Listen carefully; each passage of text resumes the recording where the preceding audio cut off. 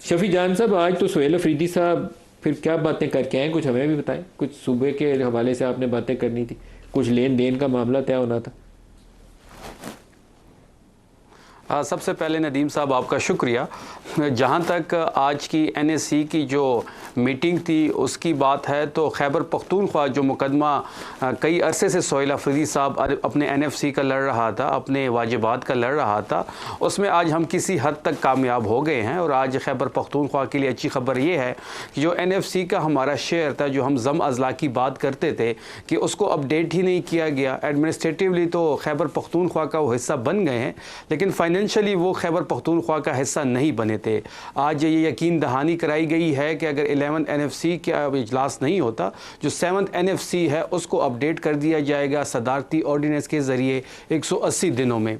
फिर इसके साथ साथ एक हमारा केस गंदम का था पास्को के साथ, क्योंकि हमने ख़रीदारी की थी कोई तकरीबन 1,75,000 टन का, और हम 25,000 टन उसमें से ले चुके थे और 1.5 लाख टन हमारा रहता था। और पास्को ये कह रहा था कि आपको अभी जो गंदम मिलेगी वो नए रेट पे मिलेगी, जो पुराना रेट था वो 4,000 के लगभग था। तो वो बात आज वो जो हमारा पुराना एक मुआहदा था वो बहाल हो गया है। और जो गंदम की तरसील को इन्होंने रोका हुआ था, जो चेक पोस्ट इन्होंने खैबर पख्तूनख्वा और पंजाब के बॉर्डर पे बनाए थे, उसको मिलेंगे आपको। जो जाम इज़ला वाला शेयर आपको मिलना है, जो जाम इज़ला वाला आपको इजाफी रेवेन्यू मिलना है, वो कितना है, परसेंटेज कितनी है, या एब्सोल्यूट टर्म में कोई भी अगर फिगर है तो वो तो बता दें। नदीम साहब, अभी हमें 14% NFC का शेयर मिल रहा है, उससे हम तकरीबन 17% पे पहुंच जाएंगे। तो ये 2.5 से 3% का इजाफा होगा हमारे शेयर में। फिर इसके साथ साथ आपने देखा होगा कि NHA की एक हमारा इशू था कि पाकिस्तान का सबसे बड़ा बस टर्मिनल हम बना चुके हैं और वो तकरीबन तैयार भी है, और कुछ दिनों में CM अफरीदी साहब उसका इफ्तिताह भी करेंगे। लेकिन उसके लिए एक NOC NHA की रिक्वायर थी, क्योंकि आगे जो रोड उसको लगता है जो एंट्री जहाँ से उसकी बनेगी वो NHA की रोड से बनेगी, तो वो मसला हल कर दिया गया है। फिर इसके साथ साथ जो हमारा करंट साइट पे एलोकेशन था मर्ज एरियाज़ का, उस पर बात हुई। तो आज सूबे के हुकूक के हवाले से एक बहुत पॉजिटिव रही ये आज की मुलाकात। शफी जान साहब, जो इस वक्त सबसे बड़ा मसला है जिसमें PTI को, पीपल्स पार्टी को, PMLN को, वो सारों को हाथ मिलाना चाहिए, वो एक आम आदमी की ज़िंदगी की हालत है। महंगाई बेपनाह है, इन्फ्लेशन किसी ज़माने में 40% पे चली गई थी, उससे कम भी आ गई है, तो हम डबल डिजिट के अभी भी करीब चले गए हैं दोबारा मई में। तो ये वरी सम है, लो ग्रोथ हाई इन्फ्लेशन, जिसमें लोगों के पास इकनॉमिक अपॉर्चुनिटीज़ नहीं है। और ये जो ग्रोथ का भी नंबर है, पता नहीं कैसे निकालते हैं, मैं उस पर बहुत ज़्यादा कन्विंस नहीं हूँ। सिलाबों के बावजूद एग्रीकल्चर में ग्रोथ दिखा दे तो वो बस अल्लाह ताला उसका, उन लोगों को हदायत देनी चाहिए। लाइफ स्टॉक में ग्रोथ ढेर सारी दिखा के उन्होंने नंबर ऊपर ले गए। तो कुछ ऐसा तरीका अपनाना चाहिए कि लोगों की ज़िंदगियों में कुछ तो बेहतरी आ जाए, किसी की कोशिश से आए, लेकिन आप सारे मिलकर कुछ कंट्रीब्यूट करें इस काम में।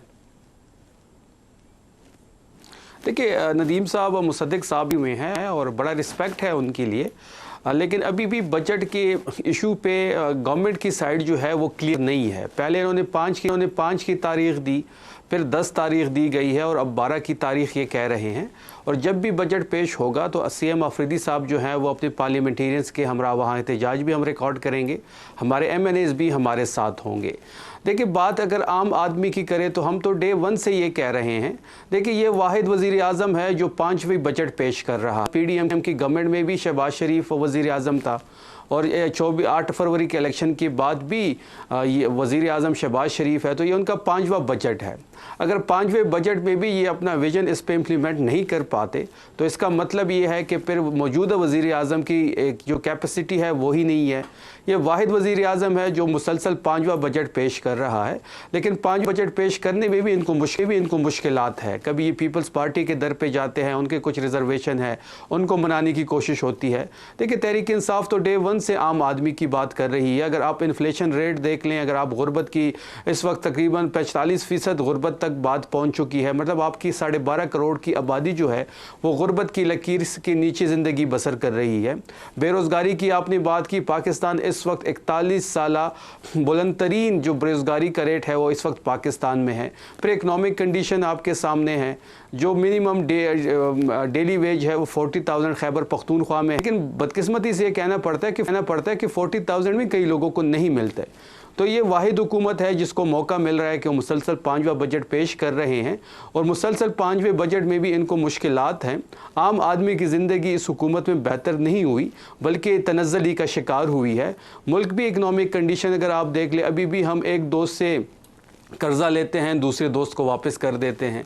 ये कहते थे कि हमने सिफारतकारी में बड़ी कामयाबियां हासिल कर ली, लेकिन आपको अभी भी पिछले दिनों आपको याद होगा कि हमारे दोस्त मुल्क हमसे कर्ज़ा वापस मांग रहे थे, फिर हमने किसी एक दोस्त मुल्क से कर्ज़ा लेके दूसरे दोस्त मुल्क को दिया। अगर ये सिफारतकारी कामयाब है तो फिर इनको मुबारक हो। और आपने GB के इलेक्शन भी देख लिया। शफी जान साहब, जॉब क्रिएशन, क्या सूबाई सतह पर भी आप लोगों के सामने कोई ऐसी हिकमत अमली है? अगर वफाक से उतनी कंट्रीब्यूशन नहीं आ रही तो सूबे खुद भी कर सकते हैं। बहुत बजट है सूबों के पास। पंजाब के पास कुछ 5,500 अरब, 3,500 अरब सिंध बैठा हुआ है, आपके पास भी कई हज़ार अरब है, तो कुछ सूबे भी कर सकते हैं इसके ऊपर काम। नदीम साहब, इस बार जो बजट खैबर पख्तूनख्वा का होगा, जो बिल्कुल इस वक्त तैयार है, और हम इमरान खान साहब से मुलाकात का इंतज़ार कर रहे हैं, और उसके लिए हमने पिटीशन भी जमा की हुई है, और हाई कोर्ट उस पर जो भी फैसला करता है वो भी सामने आ जाएगा। अगर हमारी मुलाकात नहीं होती तो ये मामला हम अपनी पॉलिटिकल कमेटी के सामने रखेंगे।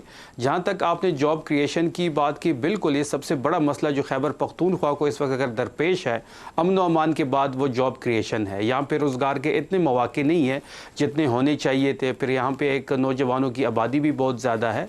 हमने पहली बात जब ये ज़म अज़ला की थी तब भी CM अफरीदी साहब की स्टेटमेंट जो है वो ऑन रिकॉर्ड पड़ी है कि अगर हमें ये पैसे बर वक्त मिलते तो हम फाटा में, जो कि साबका फाटा है, उसमें हम जॉब क्रिएशन के लिए काफ़ी जो है स्टेप्स ले सकते थे, हम वहाँ पे इंडस्ट्रीज़ लगा सकते थे। लेकिन बदकिस्मती से वो पैसे हमें नहीं मिले। लेकिन अभी जो सूबों के पास, आपकी बात बिल्कुल दुरुस्त है कि फ़ेडरल के मुकाबले में सूबों के पास पैसा भी ज़्यादा है, और 18 अमेंडमेंट के बाद ज़्यादातर पावर भी सूबों के पास है, फाइनेंशियली भी पावर भी ज़्यादा है। तो उस पर खैबर पख्तूनख्वा की हुकूमत इस बार एम्फसाइज़ कर रही है, और जब हमारा बजट आएगा तो उसमें एक हम ख़ास पोर्शन अपने नौजवानों के रोज़गार के लिए रख रहे हैं, जिसकी इम्प्लीमेंटेशन अफरीदी साहब खुद बड़ा क्लोजली मॉनिटर करेंगे। वैसे साहब ये फरमाइएगा कि कोई तजवीज़ ऐसी दें कि पाकिस्तान में सरमायाकारी शुरू हो जाए, कोई GDP ग्रोथ, इकनॉमिक एक्टिविटी शुरू हो जाए, कुछ ऐसे कोई तरीकाकार है, कोई हुकूमत को समझाया जाए कि ये काम करें तो ये काम हो सकता है?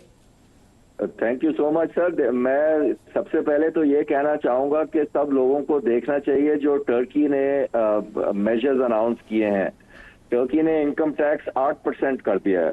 टर्की ने देखा है कि उनको एक अपॉर्चुनिटी है, क्योंकि मिडिल ईस्ट में क्राइसिस है, वो कैपिटल अट्रैक्ट करना चाह रहे हैं। उन्होंने इतनी ज़बरदस्त पॉलिसियाँ अनाउंस की हैं कि आप देखेंगे कि अगले 2-4 साल में टर्की में कितनी इन्वेस्टमेंट आएगी। तो उसी डॉक्यूमेंट को अगर आप पढ़ लें तो उसमें इतनी चीज़ें हैं जो पाकिस्तान को भी करनी चाहिए। और सबसे इम्पोर्टेंट चीज़ें ये हैं सर कि टैक्सेस हमें कम करने पड़ेंगे। हम लोग ऑर्गेनाइज सेक्टर पे टैक्सेस बहुत हैवी डालते हैं। हम अपने इंडिविजुअल्स जो प्रोफेशनल्स हैं उन पे इतने हाई टैक्सेस हैं कि लोग मुल्क छोड़ के जा रहे हैं। कोई इन्वेस्टमेंट नहीं हो रही क्योंकि इन्वेस्टमेंट के रिटर्न्स नहीं बनते। तो इस बजट में जी हमें टैक्सेस काटने पड़ेंगे ताकि बिजनेस सेक्टर को और इन्वेस्टमेंट को एक ग्रीन सिग्नल मिले कि आप अगर इन्वेस्ट करें तो आपको रिटर्न्स मिलेंगे। और अगर हुकूमत कहती है कि उनके पास फिस्कल स्पेस नहीं है तो उनको फिर एक डायरेक्शन देनी चाहिए और एक टारगेट डेट देनी चाहिए कि चलें जी अगले 1 साल में या 2 साल में हम सुपर टैक्स खत्म कर देंगे, हम कॉर्पोरेट टैक्स 20% पे ले आएंगे या 25% पे ले आएंगे, हम सेल्स टैक्स काटेंगे। अगर आप इंसेंटिव नहीं देंगे फॉर्मल सेक्टर को और आप अनऑर्गेनाइज सेक्टर को टैक्स नेट में नहीं लाना चाहते हैं तो बड़ा मुश्किल हो जाता है जी। इस किस्म की गैप नहीं रह सकता कि एक सेक्टर को आप इंसेंटिव दे रहे हैं और एक सेक्टर को आप डिस्करेज कर रहे हैं। सर सरमाया नहीं पाकिस्तान में आ रहा, नई सरमायाकारी नहीं हो रही, ग्रीन फील्ड प्रोजेक्ट्स नहीं लग रहे, बरामदात आपकी पिछले साल से कम है, ऊपर नहीं गई, गिर गई है, नीचे को 5-6% नीचे है। तो we are in serious trouble. हमारी एक सबसे बड़ी वल्नरेबिलिटी जिसकी वजह से हर 6 महीने के बाद हम IMF के आगे हाथ बांध के बाकायदा हाथ जोड़ के खड़े होते हैं। डॉलर कोई नहीं है हमारे पास, तो FDI चाहिए आपको और एक्सपोर्ट्स में इजाफा चाहिए, क्या करें उसके लिए? बिल्कुल जी। अब देखें, अब आपको इंसेंटिव देने हैं एक्सपोर्ट सेक्टर को आपने फुली सपोर्ट करना है। एक्सपोर्ट सेक्टर आपको 4-5 चीजें बता रहा है। आप एडवांस टैक्स कम करें, आप कुछ स्कीमें वापस लाएं, बिजली की कीमत कम करें। बिजली की कीमत हमारी ट्वाइस या 3 टाइम्स दैट है, तो आप अपने रीजनल कंपेटिटर्स के साथ कैसे compete करेंगे?